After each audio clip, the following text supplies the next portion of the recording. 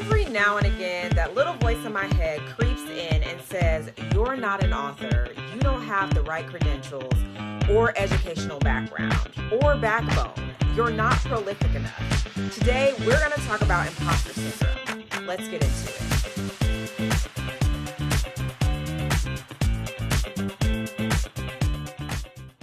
Hey, beautiful people. Welcome back to my channel, The Writing Desk Diaries. I'm Danny, the person behind D. Lavelle Books, and I'm so glad you decided to join me today. Okay, let's talk about imposter syndrome. It's that little annoying voice in your head that shows up right when things start going well and shouts or even whispers. They're going to figure out you don't know what you're doing.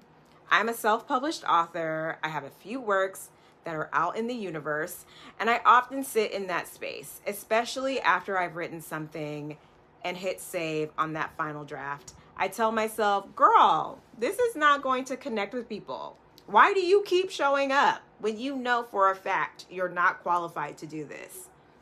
But the devil is a whole liar. So yeah, we're having this conversation today. I mean, I can't speak for every author, but I think what imposter syndrome sounds like for writers, it may not always be dramatic, but it could be something like other authors have MFAs, right? I don't have an MFA. My sales aren't big enough to call myself a real author. Someone's going to read this and realize I have no idea what I'm doing, or I'm just not as lucky as other writers. And do you know how many people don't actually finish writing their books?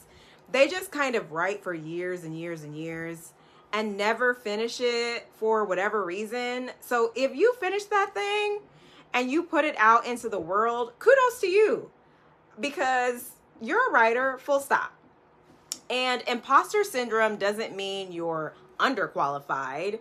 Research actually shows it hits hardest among high achievers. The more capable you are, the more aware you are of how much you don't know yet. And for Black women specifically, we're navigating spaces that were always designed to not include us, where the bar gets moved, where we're often the first or the only. And that alone adds a whole extra layer to this that I'm not going to gloss over. The doubt isn't always just internal. Sometimes it's been reinforced externally, and we still show up anyway. That's not imposter energy, that's resilience. So how can we actually push back on this type of thinking? Because I'm not going to tell you to just believe in yourself, because that's not a strategy.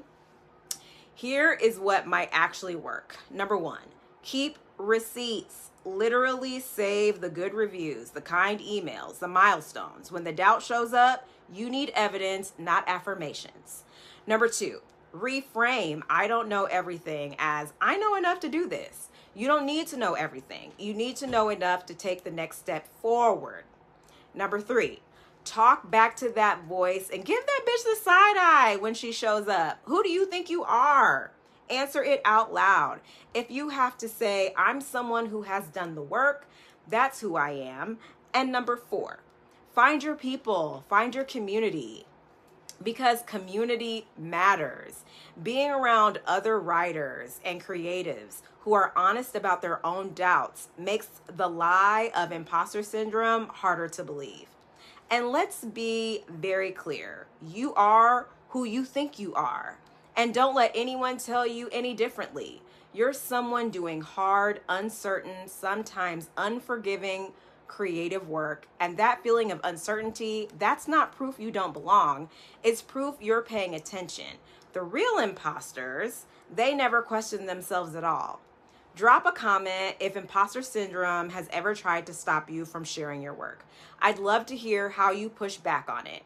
Thank you for being here. I hope you'll stick around so we can learn and grow together. Don't forget to like, comment, share, and subscribe. And until next time, happy creating.